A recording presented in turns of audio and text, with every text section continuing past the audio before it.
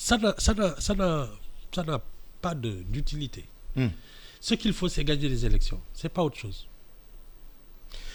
Y'en a marre gëj nañ ko dégg. def nañu conférence déggoon nañ leen temps yi la ci ay. Ibou ci ay affaire oui. ci ay affaire lan. Il y en avait 2 ou 3 qui étaient dans des histoires de douane ay visa xaw ma lan ay passeport wala yooyu. je sais non même. ça c'était pas tout d'accord. Y'en a marre. Ah d'accord. C'était quelques membres. Bon, D'accord. ça a entaché un peu. Un peu. Un peu.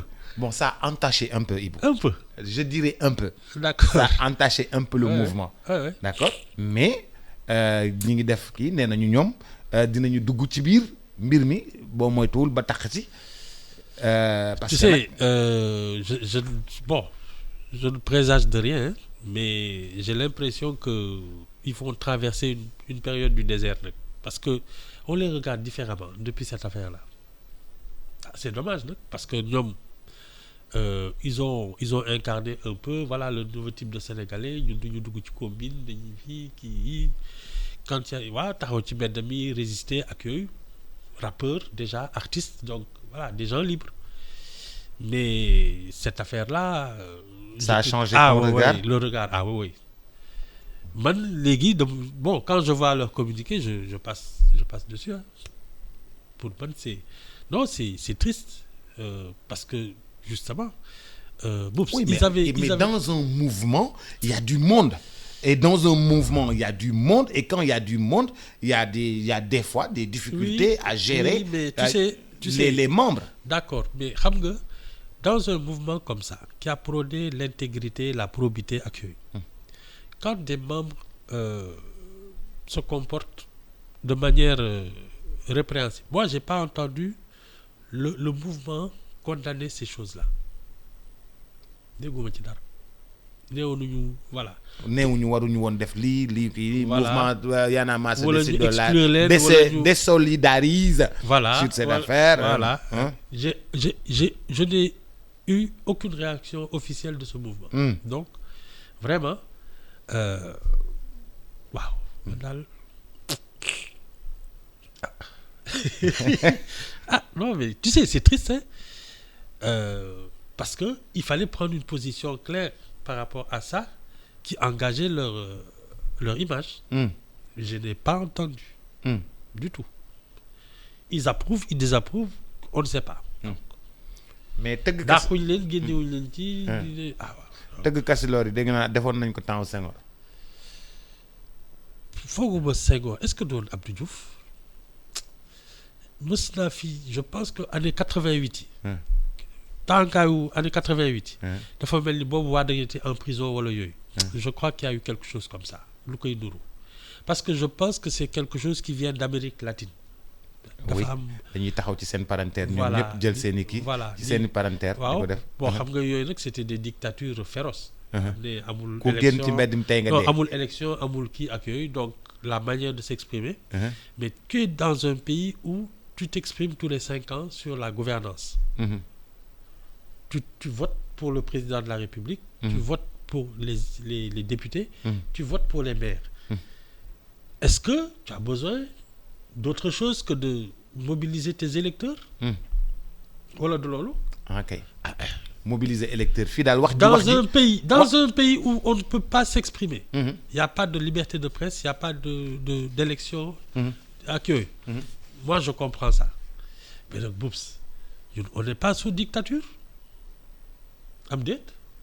gars yi journaux yaa ngi génn dictature la de gars yi nañ affaire bi dictature la. journaux yaa ngi génn. Am déet? rajo yaa ngi wax. télé yaa ngi wax lu la neex. waaw waxal bu dee si boole yaa ngi wax lu la neex. waaw yaa ngi wax loo xam. xëy na sax du la neex mais da ngay wax loo xam. wax loo xam. waaw. télé yaa ngi kii internet ba les gens s'expriment. Tu as des élections régulièrement. Tu as des syndicats. Tu as tout ce qui fait que quand tu n'es pas content, tu peux l'exprimer. Et surtout des urnes. Bon, je vois pas l'utilité de taper dans des casseroles. Dans les foyers religieux yaakaar nga ni dina fa dox. man daal xam lenn moom naa la ko wax. kilifa. man li may woowee kilifa quoi magum jëmm père de famille liggéey wàcc ak yooyu. Je vois mal quelqu'un faire ça. xëy na nag je suis trop vieux waaye man de dëgg ma am famille am liggéey ak kii yooyu di régler samay kii te xam ne Macky Sall mi su ma ko bëggee kii je vais voter contre lui. su ma ko bëggee daaneel damay xaar ba heure vote ma dem voter contre lui. toog sama biir kër oui. je me vois pas jël ay casserole nekk kilifa ci kii bi di fëgg ay kii di romb sama njaboot daal laa leen expliquer non mais attends. xam nga xale jigéen yu ndaw yi dañoo sob ne papa pourquoi tu fais ça. papa yow lan moo tax ngay tëgg bool yi. oui et puis tu leur expliques quoi. nga ne leen mais Sonko nee na ku kontaanul na nga tëgg bool. waaw damay dégg ndigalu Sonko attends à mon âge. balaa ñuy tëj sa xarit bi Sadio Mané dem na Bayern. alors lii de. non et puis tu sais j'ai l'impression parce que allemand yi. c'est pas des trucs de star ak yooyu. dafa mel ni ñoom seen façon la. Sadio Mané seen genre la voilà qui n'est pas dans l'exubérance ak yooyu. Ils sont efficaces ils gagnent des trucs. am na benn waay bu doon ne que effectivement Bayern xaw ma ils n'ont pas de star. mu ne ko mais tu as vu le nombre d'étoiles qu'on a sur notre. C'est ça en fait les Allemands sont des gens sérieux travailleurs que je suis sûr qu'il va exploser là-bas. Organiser dund. Oui non c'est et puis moom xam nga normalement il parle allemand parce qu'il était en Autriche. Oui. Ouais non j'espère et je pense qu'il va encore aller haut. Grimper plus haut. Wie heißt du? Lui loolu allemand la. waaw pour def lan. ja ich heiße Ibou Fall. Woher kommst du? xam man ich komme aus Sénégal. ay wo arbeit di ma bañee ku may dosé rek. wo arbeit bi. non mais ich arbeite in E-Radio. baax na daal. ja danke schön mooy merci beaucoup. waaw yow foo dégg allemand. jërëjëf Alaaji di ma bañee ku may dosé. foog ma lay dosé. de temps en temps bii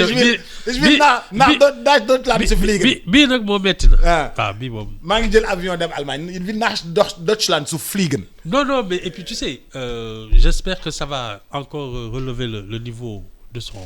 Inch'Allah ba suba ak jàmm. Allez. Merci.